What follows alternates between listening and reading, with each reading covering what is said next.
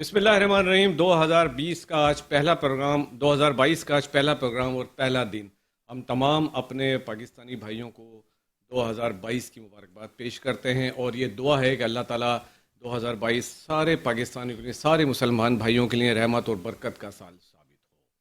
ہماری یہ دعا ہے کہ 2022 ان تمام مشکلوں اور آفتوں سے اللہ تعالیٰ ہم تمام مسلمان بھائیوں کو ہمارے پاکستانی بھائیوں کو ہمارے پاکستانی لوگوں کو محفوظ رکھے جو 2021 یا اس سے پہلے ہم نے فیس کیے، جس میں ایک بہت بڑا مسئلہ آفت کی شکل میں ہم نے فیس کیا 2021 کی میں بات کر رہا ہوں مہنگائی۔ یقیناً میں نے اس کے لیے آفت کا نام یوز کیا، ایک آفت سے کم نہیں تھی مہنگائی، اور جو 2022 شروع ہوا ہے، آج 2022 کا پہلا دن ہے، وہ مہنگائی کا ہم نے آج سے ہی سامنا کرنا شروع کر دیا ہے۔ یعنی 2022 آج شروع ہوا ہے، ہم ابھی 2021 کو رو رہے تھے اور 2022 کے شروع ہوتے ہی وہ مہنگائی کا ایک طوفان جو ہمیں نظر آ رہا تھا وہ آ چکا ہے، بلکہ اب تک تو پہنچ چکا ہے ہمارے تک اور آپ تک۔ ہم اس کے اوپر بات کریں گے کہ کیا وجہ ہے، حکومت کیوں نہیں کنٹرول کر پائی۔ 2021 میں ہمیں مسلسل گورنمنٹ یہ وعدے دیتی رہی کہ گھبرانا نہیں، لیکن اب میں سمجھتا ہوں بات اس سے بہت زیادہ آگے بڑھ چکی ہے، عوام کا صبر کا پیمانہ لبریز ہو چکا ہے۔ ہم اس کے اوپر بات کریں گے 2022 میں جو منی بجٹ آیا، ابھی 2 دن پہلے ہمارے وزیر خزانہ صاحب نے ہماری حکومت نے جو منی بجٹ پیش کیا اس کے اوپر ہم بات کریں گے۔ اس میں انہوں نے کہا کہ عوام پہ کوئی بجٹ نہیں لگایا جا رہا، بلکہ کچھ ایگزیمشنز تھیں وہ ہم نے واپس لی ہیں۔ ہمارے درمیان جو پینلسٹ موجود ہیں وہ اس بات کو ڈسکرائب کریں گے کہ وزیر خزانہ صاحب کی بات کس حد تک سچ ہے۔ میں ان سے گزارش کروں گا کہ سچ تو بولیں، عوام کو سچ بولیں، سچ بولنے کا سامنا کریں اور سچ بولنے کی ہمت پیدا کریں۔ میں اپنے پینلسٹ سے آپ کا تعارف کراتا ہوں۔ میرے ساتھ بیٹھے ہوئے ہیں مسٹر ابراہیم قصمبی صاحب، فارمر سینئر وائس پریزیڈنٹ ہے KCCI کے، سر آپ کو خوش آمدید کہتے ہیں۔ اس کے بعد ایک اور درمیان ہمارے شخصیت موجود ہیں جو سینئر اکانومسٹ ہیں، اینالسٹ ہیں، مسٹر عتیق الرحمان، سر آپ کو ویلکم کہتے ہیں۔ اس کے علاوہ میں بات کروں گا تاجر اتحاد کی، جو ہمارے درمیان تاجر اتحاد کے رہنما موجود ہیں، مسٹر شیخ حبیب صاحب، سر آپ کو ویلکم کرتے ہیں۔ پروگرام کا آغاز کرتے ہیں ابراہیم قصمبی صاحب سے کہ وزیر خزانہ صاحب نے کہا کہ جی 2 ارب کا تو بوجھ پڑے گا عوام پہ، 2 ارب کا بھی عوام پہ سر بوجھ کیوں پڑے؟ یہ 2 ارب تو فگر غلط دے رہے ہیں، 350 ارب کا ان کا ٹارگٹ ہے۔ یہ سارا جو منی بجٹ یا آپ سپلیمنٹری بل کہیں گے تو ان کا ٹارگٹ یہ ہے کہ 350 ارب روپے سے وہ نکالیں گے اکنامی سے اور ریونیو میں بڑھائیں گے، یہ ان کا ٹارگٹ ہے۔ اب یہ صرف 2 ارب روپے کی بات کر رہے ہیں، میں آئٹمز کا ذکر کروں گا 1 بائی 1۔ ڈیری ملک ہے، برانڈڈ ملک، اس پر انہوں نے بڑھا دیا 10% سے، اس کو 17% کر دیا سیلز ٹیکس کو۔ اسی طرح سے کئی اور آئٹمز ہیں جس پر انہوں نے بڑھا دیا، جس میں فارمولا ملک ہے، جس میں اور چھوٹی کئی اور آئٹمز ہیں۔ لیکن اس کا جو ڈاکومنٹس ہوتے ہیں نا بجٹ کے، ابھی پورے طریقے سے آئے نہیں ہیں۔ SROs آتے ہیں، جب فائنانس بل اپروو ہونے کے بعد بہت سی چیزیں امپلیمنٹ جب کرنی ہوتی ہیں، اس میں سیکشن 153 آف انکم ٹیکس کو یہ ریوزٹ کر رہے ہیں۔ اس کی ڈیٹیلز ابھی نہیں ہیں کہ کس شعبے میں کس سیکٹر پہ انہوں نے وڈرو کر لیا ہے، ود ہولڈنگ ٹیکس بڑھا دیا ہے، یا ود ہولڈنگ ٹیکس کو وہ جو ایگزمپشن تھی اس کو ختم کیا ہے۔ ایک مثال آپ کو دوں گا اس کی، مثال کے طور پہ رائس کی، کہ انہوں نے جو 5th شیڈیول میں ایک ہوتا ہے ایگزمپشن، ہوتا ہے ان کا 0 ریٹنگ رائس، اس کا ایکسپورٹرز کا ایگزمپشن ہوتا ہے، وہ انہوں نے اومٹ کر دیا۔ وہ اس پر تھا جو را مٹیریلز وہ پیکیجنگ کرتے ہیں، ایکسپورٹ کرتے ہیں، رائس کی ایکسپورٹ 2 ارب ڈالر کی ہے۔ اب اس پر اس کی جو پیکیجنگ مٹیریل آتا ہے اس پر ان کو ایگزمپشن تھی۔ اس کے علاوہ جو پروسیسنگ مشینری ہے، جیسے سارٹنگ ہے، جیسے ان کی جو ہے آپ کی پالشنگ مشینری ہے، دوسری مشینری، پیکیجنگ مشینری، ان سب پر سے انہوں نے یہ وڈرو کر لیا ہے ایگزمپشن۔ اس کے نتیجے میں ان کی کاسٹ آف ڈوئنگ بزنس بڑھے گی۔ اسی طرح بہت سی ایسی آئٹمز ہیں جو ایکسپورٹ کی ہیں، ایکسپورٹرز کی ہیں، جس میں ایگزمپشنز تھیں، وہ ختم کی۔ اس کا مطلب ان کی لاگت بڑھے گی، وہ انڈیا سے یا دوسرے کنٹریز سے کمپیٹ نہیں کر سکیں گے۔ کئی اور کنزمپشن کی آئٹمز ہیں۔ اس کے علاوہ انہوں نے جو ایک اور کام کیا ہے کہ پہلے CNIC کی ریکوائرمنٹ تھی سیلز ٹیکس میں، کہ اگر آپ کو CNIC کوئی غلط دے دیتا ہے، آپ رجسٹرڈ ٹیکس پیئر ہیں سیلز ٹیکس میں اور انوائس دے رہے ہیں باقاعدہ، اور انوائس پر جب آپ کا بائر یا پرچیزر CNIC غلط دے دیتا ہے تو آپ کو اس میں یہ فیسلٹی تھی کہ اگر وہ غلط دیتا ہے تو آپ کی ذمہ داری یا لائبلٹی نہیں ہوگی، اس کو گڈ فیتھ میں جو ہے FBR ایکسیپٹ کرے گا۔ وہ ایگزمپشن انہوں نے ختم کی۔ اس کی وجہ سے جو ڈاکیومنٹیشن ہے اس میں بہت بڑے مسئلے پیدا ہونے والے ہیں، اور جو اس وقت کام چل رہا ہے اس میں جو بزنس سائیکل ہے وہ تقریباً رک جائے گا۔ یہ ایک بہت بڑا اس میں فیکٹر آ گیا۔ اسی طرح سے کئی اور آئٹمز ہیں جس میں انہوں نے، یعنی بڑی معمولی چیز ہوتی ہے سلائی مشین جو گھروں میں یوز ہوتی ہے، بیچاری خواتین عورتیں گھروں میں گارمنٹس بنا کے اور پھر وہ بیچتی ہیں، یا یعنی وہ آؤٹ سورسنگ کی ہوئی ہوتی ہے بڑے یونٹس کے لیے۔ اس پر انہوں نے ایگزمپشن ختم کی ہے. حالانکہ اس پہ وہ کوئی ایسی چیز نہیں ہے کہ جس پر آپ جو ہے اس طرح. ایک چیز جو انہوں نے کی ہے وہ اب بات یہ ہوئی تھی کہ لگژریز پر یہ سارا جو ایگزمپشنز جو ہے وہ ختم کی جائے گی جس میں گاڑیاں ہیں. لیکن جو بندہ اب انہوں نے 2000 سی سی کی گاڑی پر 1 لاکھ سے 2 لاکھ کر دیا. جو بندہ کروڑ روپے کی گاڑی خریدتا ہے اس کے 1 لاکھ روپے کیا معنی رکھتے ہیں؟ کچھ بھی نہیں. 1 لاکھ اور دے دے گا وہ. لیکن جو امپیکٹ ہمارے فارن ایکسچینج ریزروز پہ آ رہا ہے اس کا وہ بہت بڑا ہے. ہمیں ضرورت نہیں تھی, معاف کیجیے گا, اس وقت کے جو مئی 2021 تک ہمارا جو فارن جو کرنٹ اکاؤنٹ ڈیفیسٹ پلس میں چلا گیا تھا, اس میں پازیٹیو تھا. لیکن اس کے بعد جو گاڑیاں آئی ہیں, سی بی یوز آئے ہیں, سی کے ڈیز بھی آئے ہیں, تو اس کا تقریباً 2 سے 2.5 ارب روپے کا اسٹیمیٹ میں سمجھتا ہوں کہ وہ ہمارے خزانے سے نکلا ہے. اس وقت ان حالات میں جب حکومت اسٹرکچر چینج کر رہی ہے, جو سنبھالنے کی کوشش کر رہی تھی سی اے ڈی کو, اس میں ایک بہت بڑا ڈسرپشن آ گیا. اب یہ صرف 1 لاکھ روپے بڑھانے سے یہ بچت نہیں ہے. اس میں یہاں پر دیکھنا چاہیے تھا انہیں کہ فی الحال ہمیں ان لگژری کارز کی ضرورت ہی نہیں ہے. اور 850 یا 1000 سی سی پر انہوں نے پھر بڑھا دیا, 850 سی سی تک انہوں نے ایگزمپشن رکھا ہے. اس کے علاوہ 1000 سی سی پر انہوں نے بھی اس پر بھی بڑھا دیا. اب وہ مڈل کلاس کے استعمال کی چیز ہے. کیا بندہ ساری زندگی ایک پروفیشنل ہے, آپ کام کر رہے ہیں, 1 لاکھ 2 لاکھ اگر تنخواہ بھی ہے, وہ گاڑی نہیں لے سکتا یا بینک سے لے گا؟ تو اب بینکوں کو بھی یہ ہوا ہے کہ بجائے اس کے کہ وہ انڈسٹری میں فائنانس دیں, وہ ریٹیل فائنینسنگ پر آ گئے ہیں اور انہوں نے گاڑیوں کو فائنانس کرنا شروع کر دیا بے تحاشا. بہت سا کیپٹل آپ کا کنسٹرکشن انڈسٹری میں چلے, اچھی بات ہے کہ وہ دوسری انڈسٹریز کو سپورٹ کرتا ہے, لیکن انڈسٹری میں جو انویسٹمنٹ ہونی چاہیے اس میں انڈسٹریلسٹ کا اور انویسٹر کا کانفیڈنس شیک ہو گیا ہے, کیونکہ پالیسیز میں کنسسٹنسی نہیں ہے. 350 ارب روپے آئیں گے کہاں سے آئیں گے؟ اب کے کئی اور آئٹمز ہیں جو انہوں نے اس میں کنزیومر کے آئٹمز. ابراہیم صاحب, میں آپ کی طرف دوبارہ آتا ہوں. عتیق الرحمان صاحب, آپ کا بڑا اونچی تجربہ ہے. ہمارے وزیر خزانہ, محترم وزیر خزانہ صاحب نے کہا کہ ریونیو نہیں بڑھایا, ٹیکس نیٹ بڑھانا مقصد ہے. تو آپ مجھے ذرا یہ بتائیں ہمارے ناظرین کو کہ اس طرح ٹیکس نیٹ بڑھ جائے گا؟ بہت شکریہ آپ کا. میں بات یہاں سے شروع کروں گا کہ اس وقت جو ہمارا انفلیشن ہے وہ تقریباً 18.34% پہ, لیکن یہ جو اب آپ نے وڈرال کیے ایگزیمپشنس کے اور اس کے بعد 17% سیل ٹیکس لگا دیا ہے بے پناہ آئٹمس پہ, تقریباً لگ بھگ 150 آئٹموں پہ لگایا, اور جیسے ابھی کوسمبی بھائی نے بتایا کہ 350 بلین روپے کی ریکوری کی کوشش کی جا رہی ہے اس سیل ٹیکس کے تھرو. دیکھیے, اس سے آپ کی انفلیشن کو بڑھاوا ملے گا, مہنگائی مزید بڑھ جائے گی, اور لگتا ہے کہ انفلیشن 18.34% سے بڑھ کے 22% پہ چلا جائے, which is going to be historic and it is going to be a record inflation in the history of the world. ایک بات. دوسری بات یہ ہے کہ کاسٹ آف پروڈکشن جو ہے وہ اور مینوفیکچرنگ کاسٹ آٹومیٹیکلی بڑھ جائے گی. میں بھی آپ کو اس کی مثال دوں گا. پھر آپ یہ دیکھیں کہ اس کا ڈائریکٹ ایفیکٹ عام اینڈ یوزر پر آئے گا, کنزیومر پر آئے گا, عام آدمی پر آئے گا. بہت اچھی بات ابھی قاسمی بھائی نے کہی کہ جب بڑی گاڑی ہے اس پر آپ نے 1 لاکھ روپے بڑھا دیے تو جو کروڑ یا 1.5 کروڑ دیتا ہے تو وہ 1 لاکھ روپے بھی دے گا, اس کو فرق. بات ہونی چاہیے ایک عام آدمی کی. عام آدمی جب میں کہتا ہوں تو اس کا مطلب یہ ہوتا ہے 82% of our population, 82% of our population اس وقت سخت پریشانی کے عالم میں ہے, اور وہ پریشانی کا عالم مزید بڑھ جائے گا. میں ایک چھوٹی سی مثال دے کے آپ نے کہا کہ import of raw material pharmaceutical goods کا اس میں 17% جی ایس ٹی لگے گا, ٹھیک ہے. بعد میں وہ کہا کہ میڈیسن پہ کوئی افیکٹ نہیں آئے گا, 0 ریٹ. ایسا کچھ نہیں ہوتا, ریفنڈ ہو جاتا ہے. یہ سب بڑے لمبے کیس چلتے ہیں. ہمیشہ یہ ہوا ہے کہ جو مینوفیکچرر ہے یا پروڈیوسر ہے وہ اینڈ یوزر پر اس کو پاس آن کر دیتا ہے اس پرابلم کو. تو پتہ کیا چلا کہ میڈیسن کی کاسٹ آٹومیٹیکلی اور بڑھ جائے گی. آگے پیناڈول نہیں لے سکتا, اتنا برا حال ہے بندے کا, تو وہ اور 17% ایڈ کر کے مزید میڈیسن کیسے خریدے گا.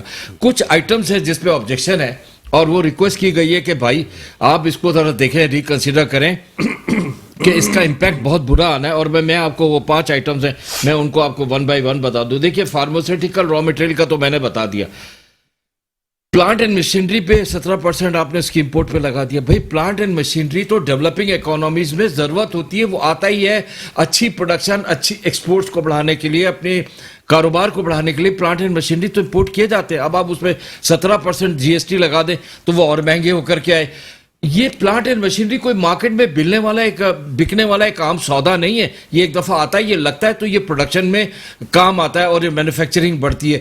یہ اس کی ڈیپریسیشن ہوتی ہے, یہ بیچی نہیں جاتی مارکیٹ میں یہ پلانٹ اینڈ مشینری. ایک بات. دوسری بات کیا ہے کہ ڈیری پروڈکٹس کافی ڈیٹیل میں بتا چکے ہیں. تیسرا فارماسیوٹیکل را مٹیریل کا میں نے بتایا. پھر فوڈ سپلیمنٹس, دیکھیے بچوں کے لیے دودھ, بوڑھوں کے لیے انشور یا دوسری چیزیں, اس میں آپ 17% آگے وہ افورڈ نہیں کر پا رہا ہے, وہ 17% اور آپ کو ڈیوٹی دے کر کیسے افورڈ کرے گا, اس کی طرف بھی تھوڑا دھیان دینے کی ضرورت ہے. پھر اوورسیز پاکستانیز, ایک مثال دے کے بتاتا ہوں, کرنٹ اکاؤنٹ ڈیفیسٹ اس وقت ہمارا تک لگ بھگ 15 سے 18% کے درمیان ہے ڈیفیسٹ, ٹھیک ہے, 15 سے 18 بلین ڈالر کا ڈیفیسٹ ہے. وہ ڈیفیسٹ آپ کا 45 اور 50 بلین ڈالر ہوتا اگر آپ کو ہمارے اوورسیز پاکستانیز ریمیٹنس نہیں بھیجتے. آج کا جو ریکارڈ ہے اوورسیز پاکستانیز کا ریمیٹنس بھیجنے کا, وہ 32 بلین ڈالر ہے. اس کی وجہ سے کرنٹ اکاؤنٹ ڈیفیسٹ تھوڑا نیرو ہوا ہے. اگر اس کو آپ ایڈ کر دیتے تو وہ بڑھ کے اس فگر پہ چلا تھا. اب آپ نے ان کے بیگیج پہ جو اوورسیز پاکستان اس پہ بھی 17% لگا دیا. ان کو ریلیف دو نا, وہ ملک کی اکنامی کو سیو کرنے میں اپنا کردار ادا کر رہے ہیں. نان ریزیڈنٹ پاکستانیز ہمیشہ اپنا کردار ادا کرتے ہیں جب بھی اکنامی شیکل ہو رہی تھی. اس کو لوکل انویسٹمنٹ کہتے ہیں ہم. ٹھیک ہے, اس کے علاوہ نہیں, میں ایک پوائنٹ اور کہہ دوں اس کے بعد ضرور. اس کے بعد آپ کے پاس انرجی سیورز ہیں, لیمپس وغیرہ ہیں, آپ نے اس میں بھی ڈیوٹی لگا دی, انرجی سیورز ہوتے ہیں. اور آخری بات جو سب سے امپورٹنٹ وہ یہ کہ ہم کوشش کر رہے ہیں کہ جو ہمارا را مٹیریل ہے کاٹن, جو اب ہمیں امپورٹ کرنی پڑی پچھلے سال, جو ہمارے امپورٹ بل پر ایک بوجھ بنا, اس بار کاٹن کی کراپ بہت اچھی ہوئی ہے. ہم نے تقریباً لگ بھگ 8.8 ملین بیز کراپ کی ہیں.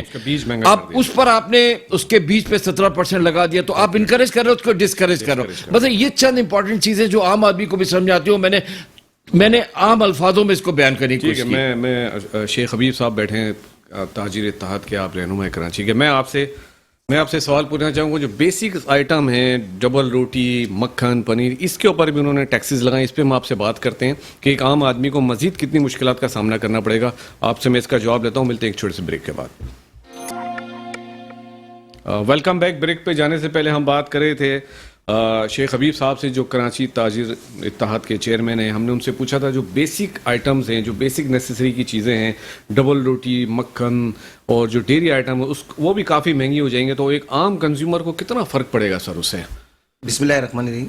دیکھیں, سب سے پہلے تو بات یہ ہے کہ بالکل یہ ڈیری ملک اور اسے تمام بیکری کے آئٹم آپ نے بتایا, فوڈ کے مکھن, میں یہ کہتا ہوں کھانے پینے کی ہر وہ اشیاء, چاہے وہ سبزی ہو, دالیں ہوں یا کوئی اور آئٹم ہو, کسی چیز کو نہیں بخشا جا رہا. میرے پرائم منسٹر نے کہا تھا گھبرانا نہیں 2018 میں.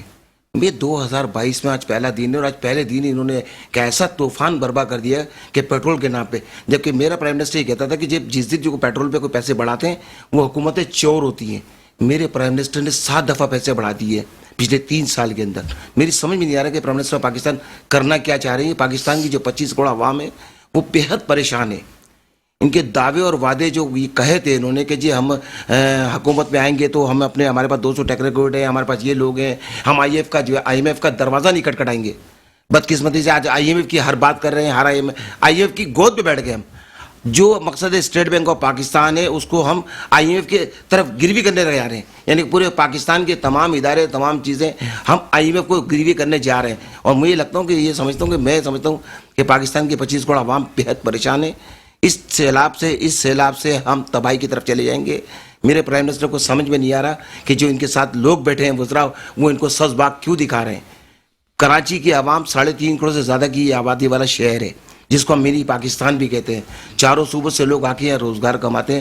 آپ اندازہ دیکھیں کہ کراچی کی حالات اتنی بری پوزیشن ہو گئی ہے کہ چھوٹا ایس ایم ای جو تاجر ہے وہ اس وقت فاقہ کشی کی طرف آ گیا ہے. اور عوام جو ہے, میں سمجھتا ہوں کہ جو 20,000 روپے کی سیلری کام کرنے والا شخص مزدور, وہ اپنے بچوں کے لیے پیکٹ دودھ نہیں خرید پا رہا. مطلب دودھ کا ڈبہ نہیں خرید سکتا. وہ سبزی لینے جاتا ہے مارکیٹ کے اندر 10 دفعہ وہ حساب لگاتا ہے پیسوں کا. پرچون کی دکان پہ کھڑے ہو کے اگر آئٹم نکلوا لیتا ہے وہ گروسری کی چوہن پہ, تو وہ اگر 1,000 کا نوٹ لکھا تھا, بل بنتا 1,300 روپے کا, وہ پھر اس میں سے آئٹم کم کرا رہا ہوتا ہے کہ یار اس میں سے یہ اتنا ہی, تو اس کا وزن یہ کم دے دیتا. تو میرے پرائم منسٹر میری سمجھ نہیں آ رہا ہے کس چیز پہ اتنا مطمئن ہے کہ گھبرانا نہیں. جب پاکستان کی عوام 25 کروڑ عوام قبر میں اتر جائے گی تب ہمیں کچھ سوچنا ہوگا. میں سمجھتا ہوں کہ پرائم منسٹر پاکستان کا کوئی ویژن نظر نہیں آ رہا. اور اس وقت میں سمجھتا ہوں کہ بہت زیادہ, میں سمجھتا ہوں اللہ نہ کرے ہمارا ملک جو ہے حالت زنگی کی طرف نہ چلا جائے. سر آپ نے جو تاجروں کی بات کی نا, ایک عام کنزیومر ہی بڑا پریشان ہے. سر عام کنزیومر ہمارے ساتھ ہی مل گیا نا. دیکھیں ہم تاجر جب بعد میں ہیں, چھوٹا تاجر, ہم پہلے اسی میں آ جاتے ہیں نا, عوام میں آ جاتے ہیں. بالکل. تو عوام اگر میرے گھر میں بھی اگر آئٹم پرچیز کرنے کے لیے آئے گا تو وہی آپ میڈیا پرسن پہ آپ کی فیملی اگر جاتی ہے تو ان کو پتا ہے یہ بیٹھے ہوئے میرے بھائی یہ خود بتا دیں گے اس چیز کو کہ جو تمام ایکلوز میں لے کے بیٹھے ہوئے ہیں معاشیات کو دیکھتے ہیں تمام چیزوں کو, تو چھوٹے سے چھوٹا آدمی اس وقت بہت پریشان ہے.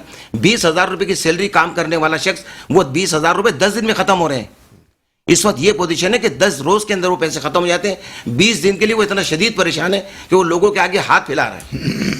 ٹھیک ہے, میں ابراہیم بھائی آپ سے دوبارہ پوچھنا چاہوں گا, جیسا کہ ہمارے بھائی شیخ حبیب صاحب نے IMF کا ذکر کیا, تو ایسا اسٹیٹ بینک کا بھی ذکر کیا, تو اب اسٹیٹ بینک آف پاکستان تو ایسا لگ رہا ہے نہیں رہا, بلکہ اسٹیٹ بینک آف IMF ہو گیا ہے. ہمارے پچھلے پروگرام میں فضل دادا بھائی نے بھی یہ کہا تھا کہ یہ اسٹیٹ بینک آف IMF ہونے جا رہا ہے, تو ایسا ہی ہے. دیکھیے ہمیں تھوڑا پرسپیکٹو میں رکھنا پڑے گا. IMF اتنے محتاج ہیں وہ شیخ حبیب صاحب نے.